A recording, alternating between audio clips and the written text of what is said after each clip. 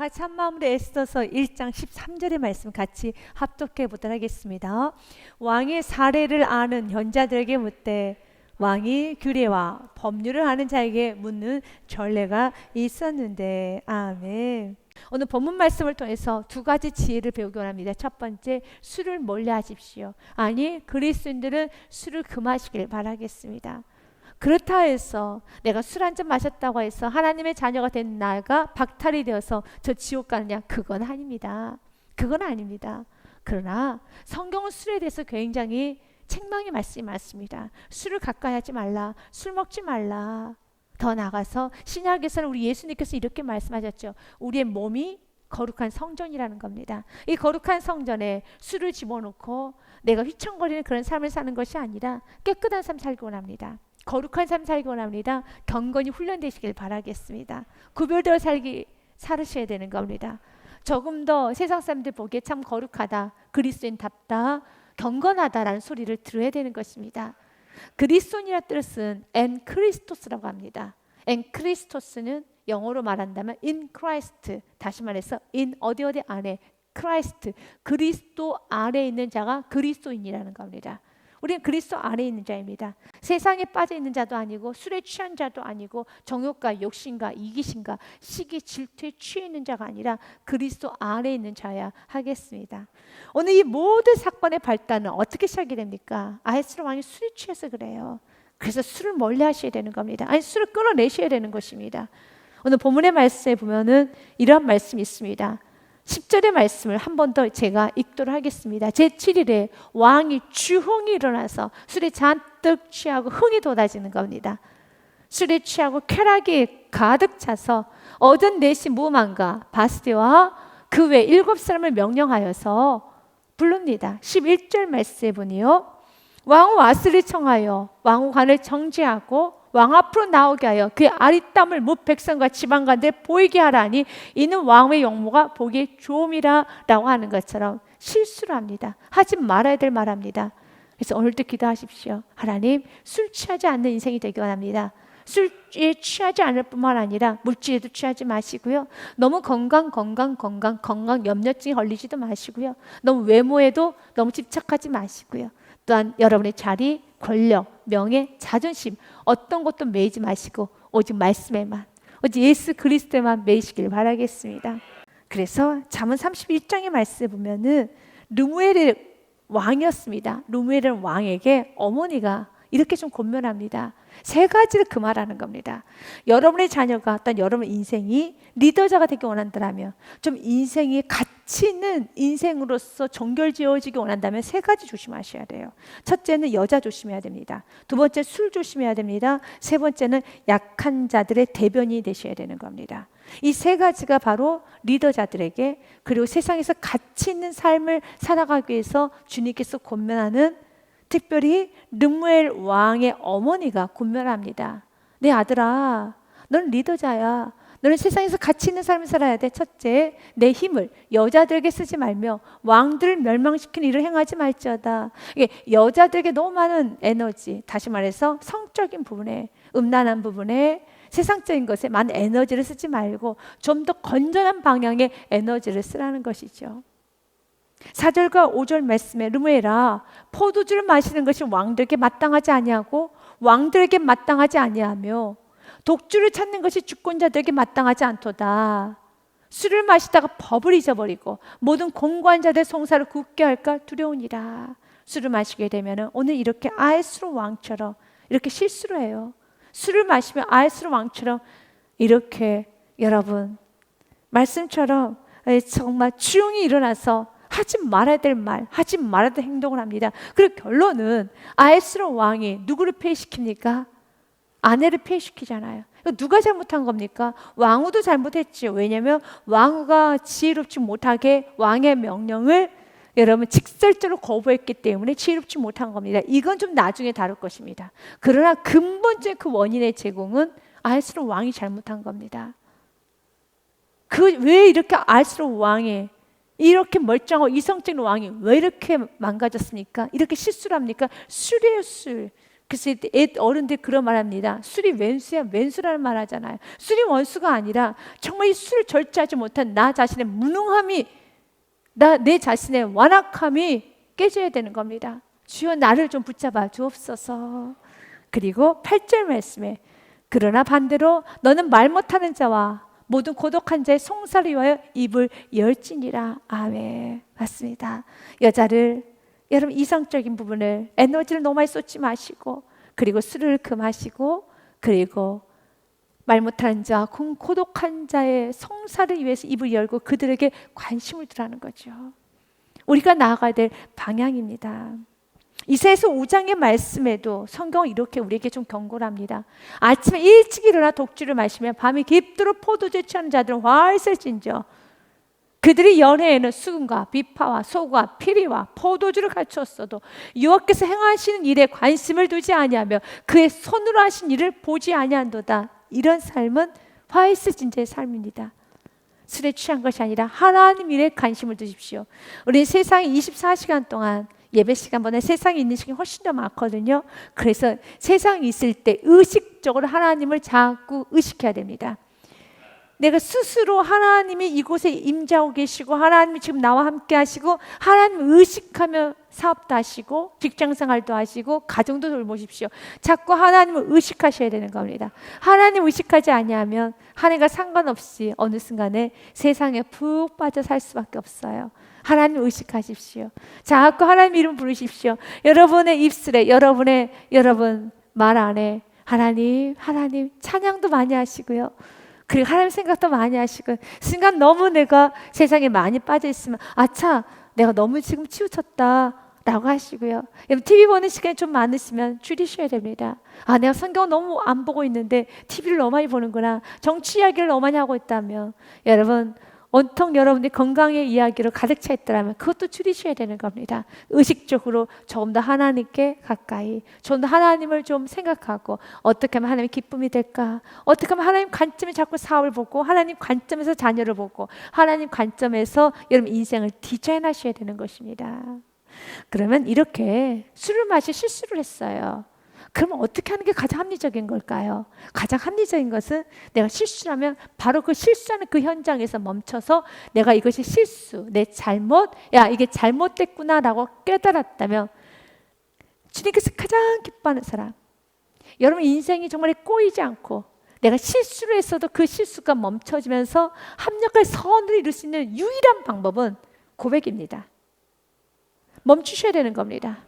내가 그 실수를 덮기 위해서 계속적으로 더 가기 시작하면요, 더 큰 죄를 범하게 돼요. 이거 성경에서 곳곳에 흐르고 있습니다. 대표적으로 누가 그랬습니까? 사울왕이에요.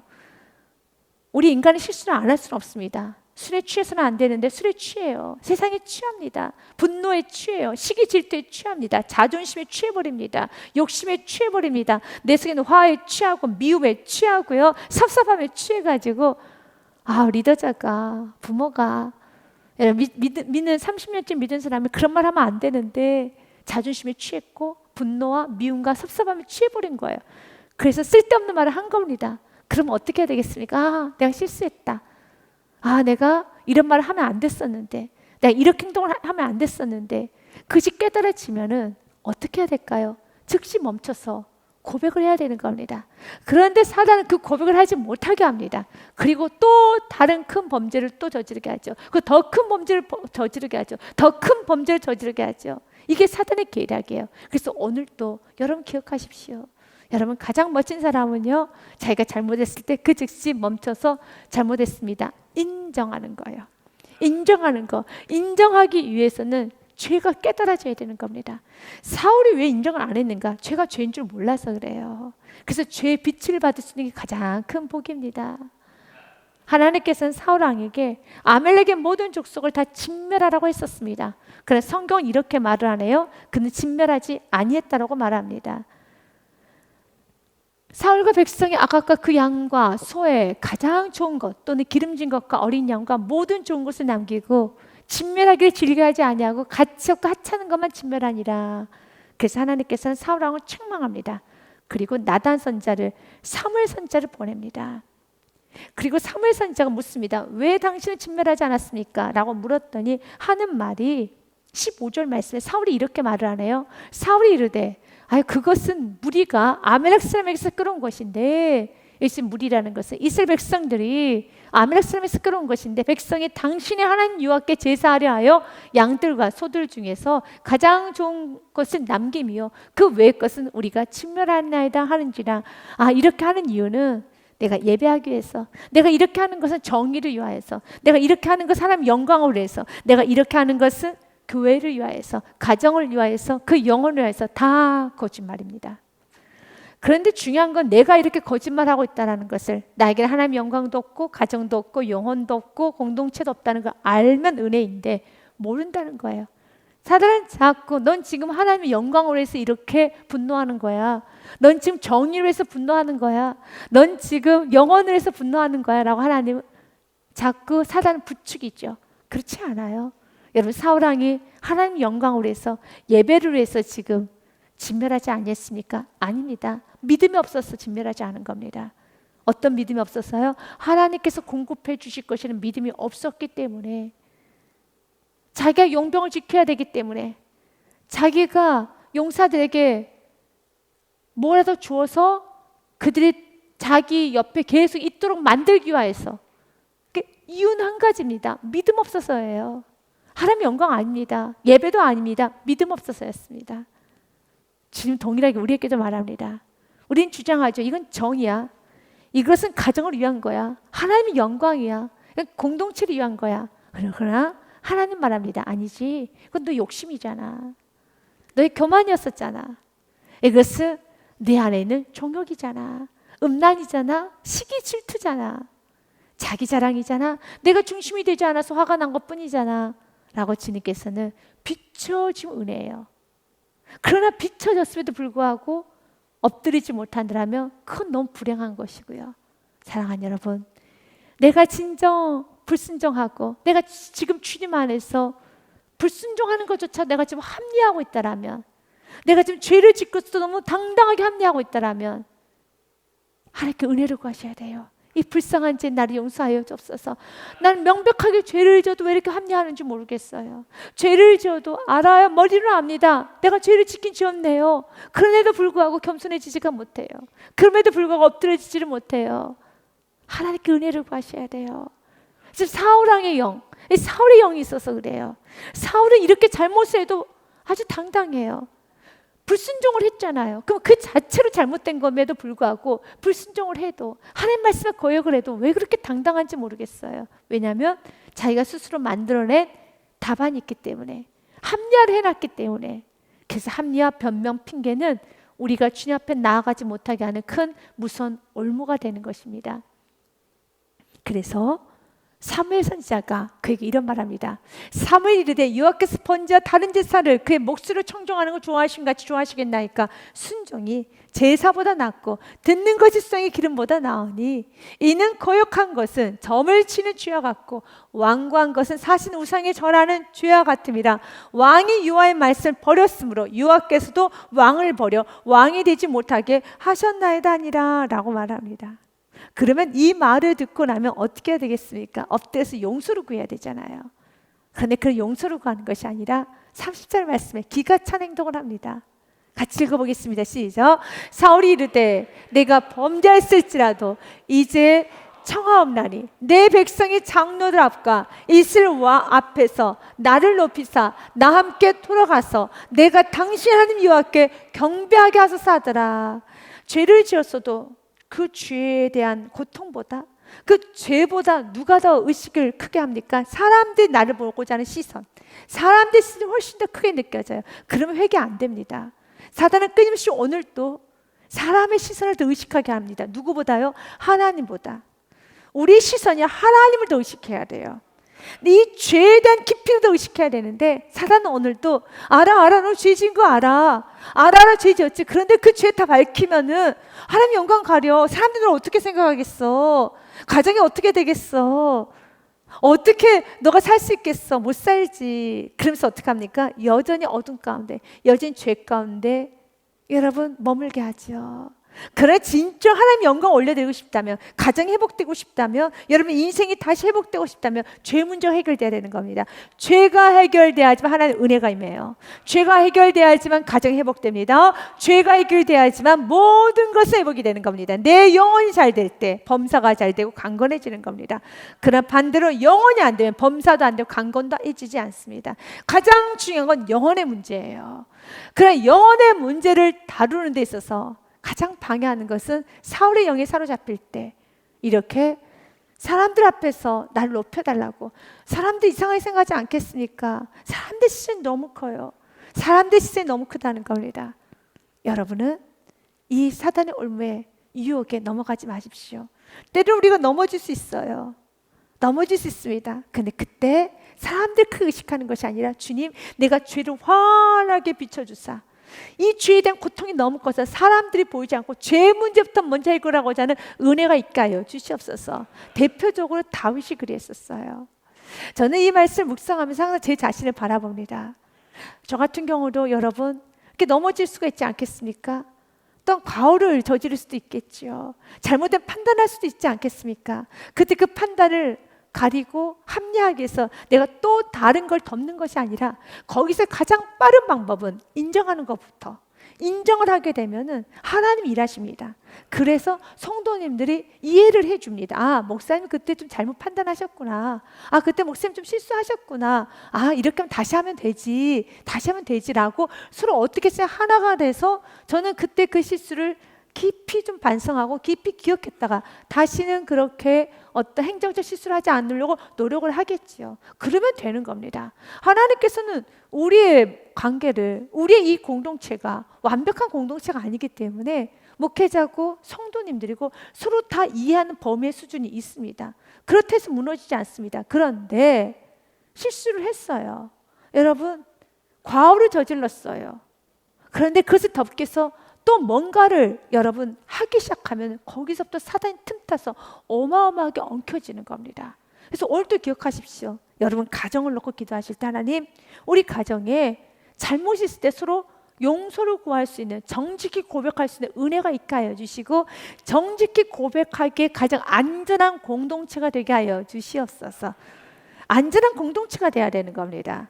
그래서 말을 할 수 있는 그런 공동체가 되게 하여 주시고, 하나님 은혜 앞에서는 엎드릴 수 있는 그런 은총을 허락하여 주시옵소서.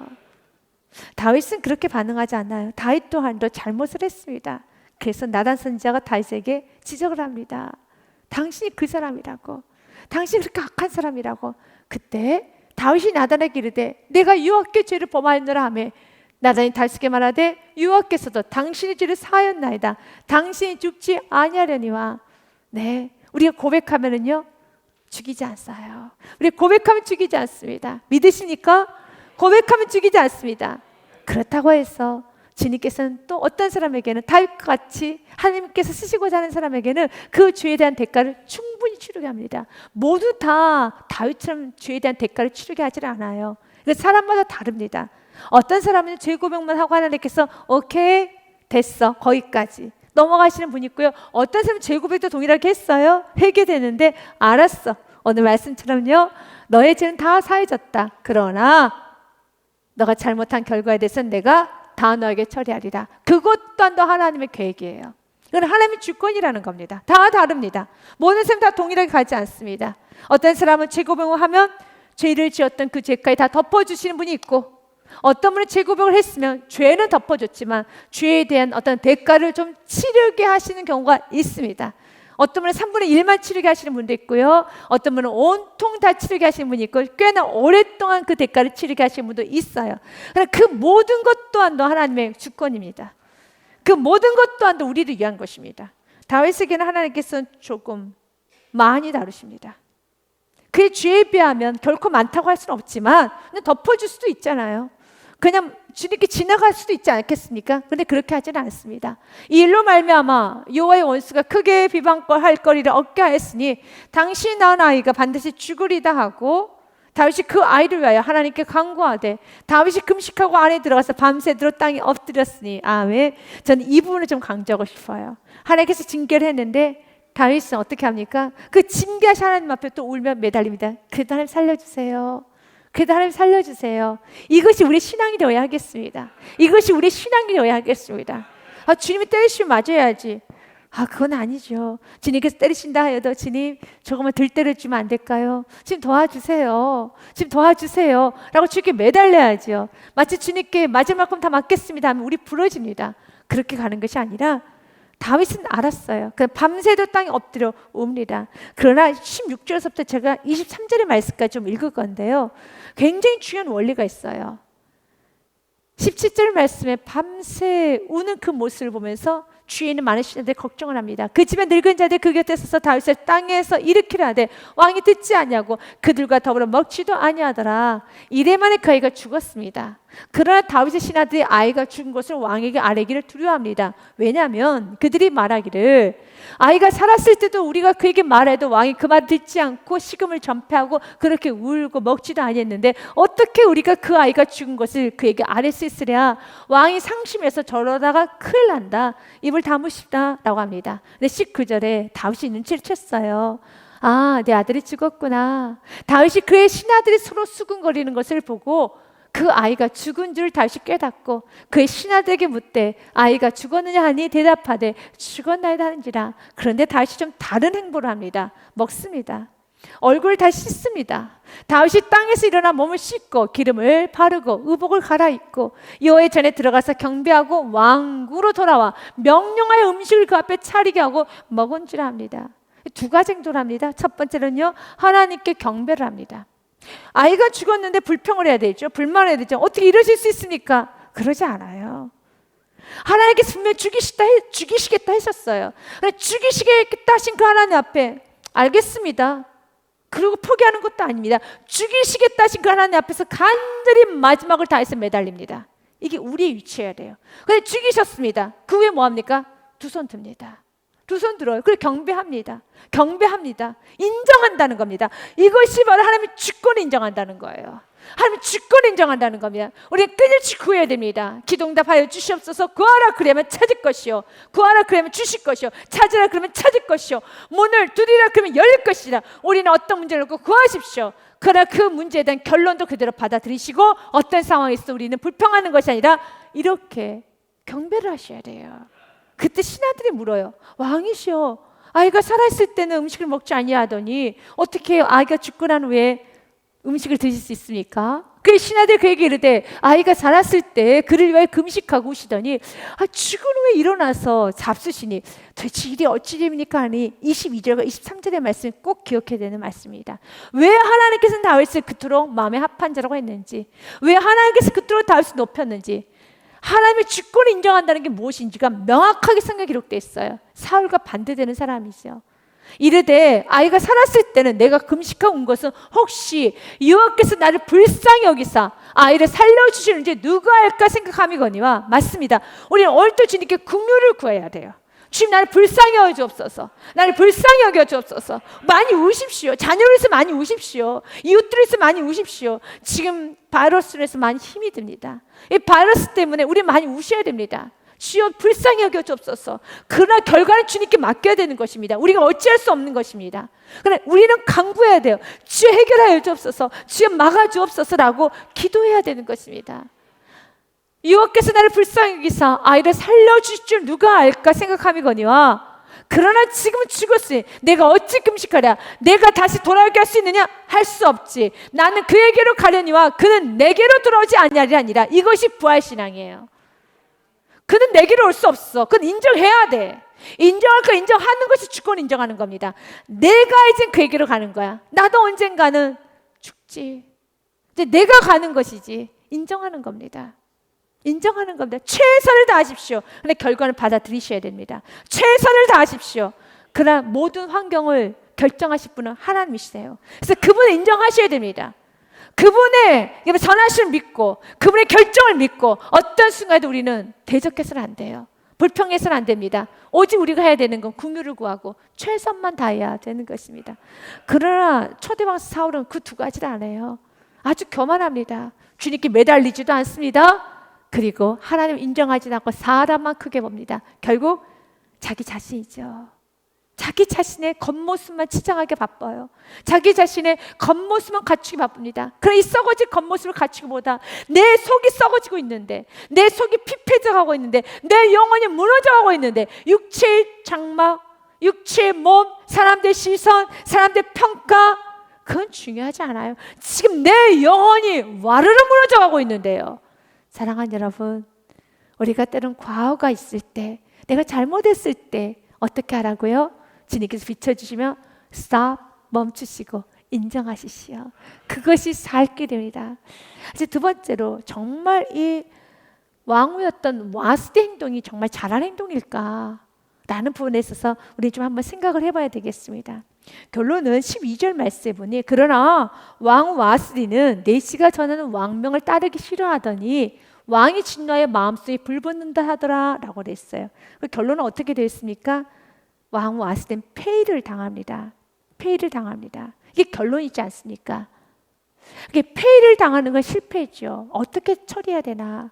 왕 와스디 행동이 참 잘한 것일까? 내가 술 취하는 직장 상사 앞에서 술에 취하고 물질에 취하고 정욕에 취하고 음란과 시기, 질투, 욕심, 교만, 거짓에 취하는 이 세상 속에서 살고 있는 나인데 나는 어떻게 처신해야 될까? 여러분의 직장 상사가, 또 여러분의 사랑하는 남편, 아내가, 여러분 이웃이 다 성령 충만하지는 않습니다. 자녀도 마찬가지고요. 영적으로 하나가 되고 영적으로 다 구원을 받고 예배자가 된 가정은 쉬워요. 그러나 아직 남편 예배자가 되지 않고, 아내가, 자녀가 예배자가 되지 않고, 또 세상의 직장 상사가, 여러분 일하고 있는 그 공장이, 또 사업처가, 사회에서 다 예배자가 되지는 않습니다. 여전히 자녀가 예민합니다. 술에 취해 있는 것처럼 교만에 취했습니다. 거짓에 취했습니다. 자기 비하, 학대, 여러분 자존심에 취해 있어요. 또한 여러분 잘못된 편견과, 그리고 또한 낮은 자존감, 여러 가지 다 취했지 않습니까? 그럼 그렇게 취했을 때 나는 어떻게 행동해야 되는가? 분명히 왕 와스는 화가 납니다. 아니 어떻게 왕인 나에게 남성들 앞에서 놀이개감이 되라는 거야. 술에 취해 있는 남성들 앞에서 나의 미모를 자랑하라는 거야. 그건 말도 안 되지. 엄청 화가 나죠. 그러나 화가 난다고 해서 술에 취해 있는 사람에게 이렇게 행동하면은 결국 손해 누가 봤습니까? 왕 와스디가 봤잖아요. 그래서 우리는 왕 와스디 행동이 옳다라고 말할 수는 없어요. 그녀의 행동이 잘못됐다라고도 우리는 말할 수가 없습니다. 왜냐하면 이건 그냥 세상의 이야기입니다. 결국 에스더가 왕과 되기 위한 하나의 에피타이저인 것 뿐이에요. 배경인 것 뿐입니다. 그러나 그 배경 가운데서 성경은 기록해 놨기 때문에 우리가 이 배경 안에서 나라면 어떻게 할까? 내가 지금 와스의 처지에 있다라면, 내 직장 상사가 술에 취하고 자기 연민, 자기 비하, 낮은 자존감, 그리고 여러분 끊임없이 여러분 자신의 약점을 가리기 위해서 상대방의 거짓말을 하고 여러 가지 상황이 있지 않겠습니까? 그런 상황에서 나는 어떻게 처리를 해야 되는가? 아비가일을 한번 여러분들이 찾아야 돼요. 동일한 상황에서 술에 취한 아에스루 왕도 있었는데, 와스의 남편이 아에스루 왕이라면 아비가일의 남편은 나발이라는 자입니다. 나발도 지금 아에스루 왕처럼 술에 잔뜩 취했어요. 근데 성경 말하면 나발의 뜻은 어리석은 자, 어리석은 자예요. 멍청이, 어리석은 자, 그런 이름을 갖고 있을 정도로 나발이 지금 어리석기까지 하는데 술도 잔뜩 취했어요. 그래서 술이 잔뜩 취해가지고 아에스루 왕처럼 지금 실수를 합니다. 말의 실수가 엄청납니다. 누구를 건드렸냐면 다윗을 건듭니다. 다윗이 그때 이제 추수 때가 되어서 막 풍악이 울려지고 그리고 잔치집이 벌어졌습니다. 나발을 지키고 또한 그 책을 지켰던 건 다윗의 용사들이었습니다. 그래서 다윗은 그냥 기분 좋은 마음으로 지금 추수 때니까 먹을 것 좀 가져와라. 분명히 그가 먹을 걸 줄 것이란다. 당연히 줘야죠. 보호를 받았으면 당연히 줘야 되지 않겠습니까? 떡 좀 나누는 게 뭐가 그게 힘들겠습니까? 잔치집에서요. 그런데 나발이 이렇게 대답을 합니다. 나발이 다윗의 사환들에게 대답해 이르되, 다윗은 누구며 이세 아들은 누구냐? 요즘에 각기 주인에서 억지로 떠나는 종이 많도다라고 하면서 내가 어찌 내 떡과 내 물과 내 양털 깎는 자를 위하여 잡은 고기를 가져다가 어디서 왔는지도 알지 못한 자들에게 주겠느냐 한지라. 이 말이 무엇인가 하면 어디서 알지도 못하는 무슨 도적들에게 내가 왜 내 떡, 내 양, 내 물을 줘야 돼? 라고 말합니다. 그 말은 안 전했으면 좋았을련만 다윗이 그대로 전합니다. 그래서 13절 말씀 보면 다윗이 자기 사람들에게 이르되 너희는 각기 칼을 차라 하니 칼을 차매 다윗도 자기 칼을 차고 400명 가량을 데리고 올라가고 200명 소유를 곁에 있게 하니라. 전쟁이 납니다. 이제 그 즉시 나발은 다 죽는 겁니다. 다윗이 화가 잔뜩 나서 칼 다 차라. 다윗이 화나면 무섭거든요. 너무너무 화가 난 겁니다. 자존심이 이만큼 상해버린 겁니다. 다윗도 칼을 차고 나갑니다. 그때 그 소식을 누가 듣게 되냐면 아비가일이 듣게 됩니다. 하인들 가운데 하나가 나발의 아내 아비가일에게 말해 이르되 다윗이 우리 주인에게 문하나라 광야에 전령을 보냈거늘 주인이 그들을 모욕하였나이다. 우리가 들어있어 그들과 상종할 동안에 그 사람들이 우리를 매우 선대하였으므로 우리가 다치거나 잃은 것이 없었을 정도로 보호를 받았는데 지금 당신의 주인님께서 술이 잔뜩 취해가지고 할 말 못할 말, 이것이 덩인지 된장인지 구분하지 못하고 막말을 쏟아냈습니다. 그리고 지금 다윗이 칼을 들고 군사 400을 이끌고 옵니다. 이거 어찌합니까? 이거 어떡합니까? 왕 와스보다 더 위급한 상황입니다. 근데 와스디 행동과 아비가일 행동은 달라요. 여기서 여러분 행동을 좀 여러분이 지혜를 얻어가시라는 겁니다. 우리는 아비가일 행동을 따라가야 됩니다. 왜냐하면 결국 그 아비가일이 여러분 이 모든 문제 해결할 뿐만 아니라 아비가일은 영적인 사람과 함께 떠나기 시작합니다. 이것이 결론이에요. 그러면 아비가일은 이 모든 사회에서 첫 번째 술 취한 사람하고 대화하지 않습니다. 여러분도 한번 기억해 보십시오. 술에 취하는 사람하고 뭘 대화를 합니까? 술에 취하는 사람하고 세상에 취하는 사람하고 여러분 정욕과 모든 것에 취하는 사람하고 뭘 대화를 합니까? 거기와 대화를 하는 것이 아니라 잠시 남겨둡니다. 아무리 자존심이 상해도 아무리 화가 나도 먼저 문제부터 해결해요. 자존심이 난다 해서 같이 술 취한 사람과 싸울 필요가 없다라는 거예요. 지금 왕후 와스는 누구하고 싸웁니까? 술 취한 알스로 왕하고 파이팅을 했습니다. 그래서 왕후는 쫓겨난 거예요. 그러나 아비가일은 술 취해 있는 나발 자신 남편에게는 아무 말도 하지 않습니다. 18절과 19절 말씀은 아비가일이 급히 떡 200덩이와 포도주 2가죽부대와 잡아서 요리한 양 5마리와 볶은 곡식 5개 5새와 건포도 100송이와 무화과 뭉치 200개를 가져다가 나귀들에게 싣고 19절 말씀을 같이 읽습니다. 소년들에게 이르되 나를 앞서가라. 나는 너희 뒤에 가리라고 그의 남편 나발에게는 말하지 아니하니라. 말하지 않고 제시키고 뭐부터 해결합니까? 문제부터 해결해요. 얼마나 할 말이 많겠습니다. 이 남편아 너가 지금 누구에게 말했는지 아느냐? 이 남편아 하면서 술 취한 남편에게 여러분 너무 화가 나가지고 흔들 수도 있고 지금 무슨 소리 하느냐 하면 그 남편은 술이 취해가지고 내가 뭘 잘못했느냐? 내가 다 데리고 와. 술이 취하면 어떻게 했습니까? 막 힘이 세진다고 그랬잖아요. 잠언 말씀에 보니까 술 취하면은 여러분 자기가 다 힘이 세져가지고 뭐든지 할 수 있다는 그런 생각을 한다고 성경 기록되어 있잖아요. 자기가 다윗과 싸워서 이기겠다라는 거예요. 이기기는요 다윗에게 지금 죽임을 당할 그런 지경까지 왔는데 그래서 성경은 말합니다. 술 취한 사람하고 말하지 말라는 겁니다. 먼저 너의 감정이 상했어도 너가 자존심이 상했어도 문제부터 해결하고 정신 멀쩡한 너는 문제부터 봐라. 정신 온전한 너는 지금 예민해져 있고 펄펄 날뛰고 지금 정신없이 지금 말하면서 아무 말에 찌꺼리고 있는 그 사람하고 대화하지 말고 문제를 있으면 문제가 났으면 문제부터 해결하라는 겁니다. 잠깐 내버려 두고 술이 깰 때까지 내버려 두고 너는 문제부터 해결해야지 라고 합니다. 그리고 난 후에 다윗에게는 이렇게 말합니다. 다윗의 고백이 참 멋져요. 주의 여중의 허물을 용서하여 주옵소서. 자기 남편의 허물을 자신의 허물로 가져옵니다. 여호와께서 반드시 내 주를 위하여 든든한 집을 세우리니 대화의 첫 번째 법칙. 상대방의 비전과 상대방의 소망과 당신은 당신의 길을 가십시오. 그 사람을 최대한 존중히 여겨줍니다. 이것이 바로 대화의 첫 번째 상대방의 마음 움직이는 비결이에요. 당신은 이런 사람과 섞여서 당신의 인생을 망치어야 되지 않지 않겠습니까? 당신은 위대한 사람입니다. 왜 이 일로 인해서 당신 흠집을 남기셔야 되겠습니까? 라고 그를 높여 세워줍니다. 그의 비전을 심어줍니다. 여러분이 자녀하고 대화를 할 때 자녀가 예민해질 때 다시 한번 자녀 앞에서 현실을 시키기보다는 너는 존귀한 사람이야. 하나님 너랑 무한한 계획이 있어. 그에게 비전을 심어주십시오. 그에게 소망을 심어주십시오. 사랑하는 남편이 예민했을 때 더 예민하도록 현실을 보게 하는 것이 아니라 때로는 현실을 보게 해야 됩니다. 이것도 이성이 어느 정도 있을 때는 현실을 보는 것이지 이성이 전혀 없을 때 현실을 볼 필요도 없어요. 보지도 못합니다. 오히려 하나님 사랑 안에 들어가도록 하십시오. 오히려 비전을 바라보게 하십시오. 오히려 소망을 바라보게 하십시오.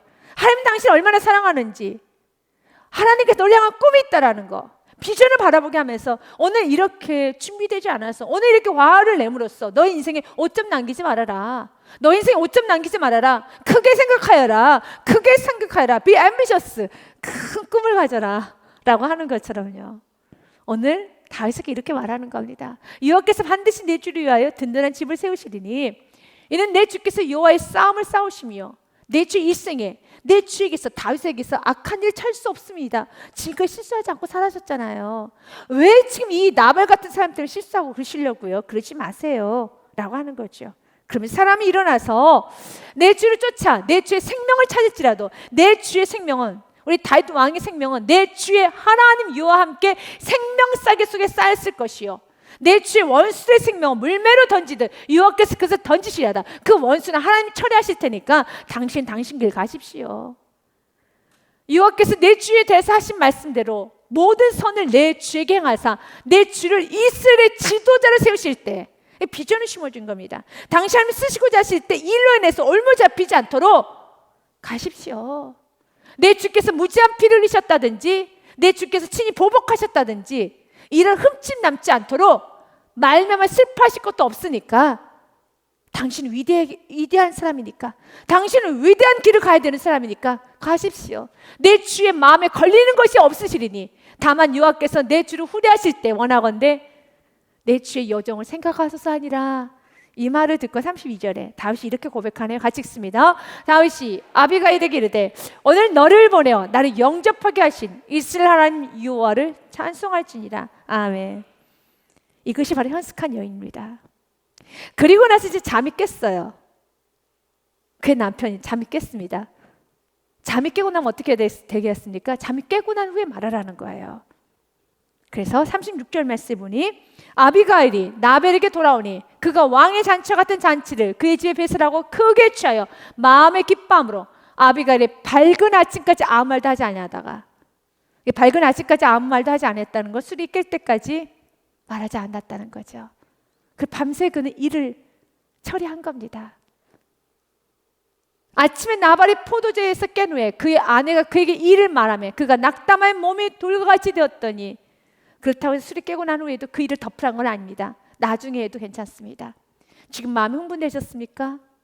그래서 잠언의 말씀에 보면 이렇게 되어 있습니다. 노를 내는 것은 어리석다고 말합니다. 잠언 16장 32절 말씀에 노하기를 더디하는 자는 용사보다 낫고 자기 마음을 다스리는 자는 성을 빼앗는 자보다 나으니라. 아멘. 마음을 다스리십시오.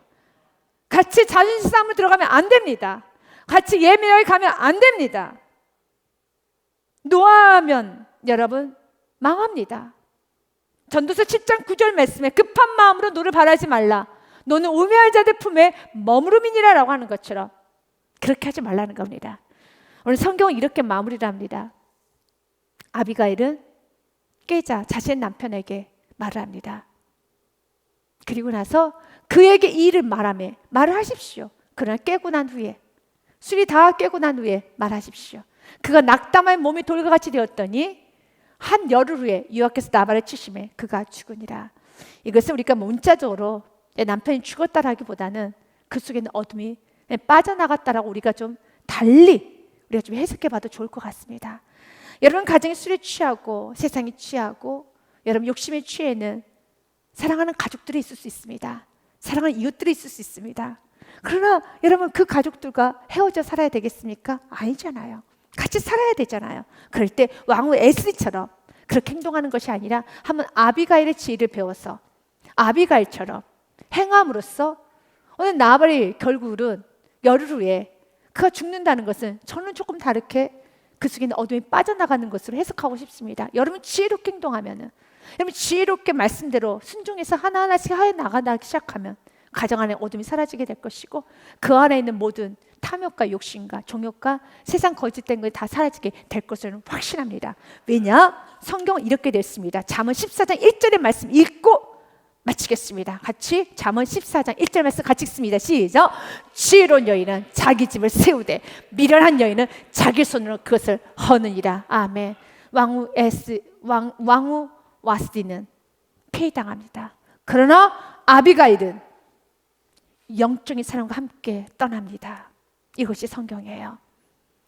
사랑하는 여러분, 여러분이 아비가일 되어서 아직까지 온전히 세워지지 않는 술 취한 누군가가 있다면, 세상에 취한 사랑하는 사람이 있다면 그 사람을 한번 세워보십시오. 지혜롭게 세워보십시오. 말씀대로 세워보십시오. 그리고 오늘도 구하십시오. 하나님, 우리 가정에 있는, 이 나라 민족에 있는 모든 정말 취해 있는 모든 것들, 예수 그리스도 외에 취해 있는 모든 것들 다 제거하여 주시옵소서. 그리고 술에 취한 인생이 아니라 성령으로 취하는 인생이 되기 원합니다. 여러분 삶 날마다 이 축복이 있으시길 주님으로 축복드립니다.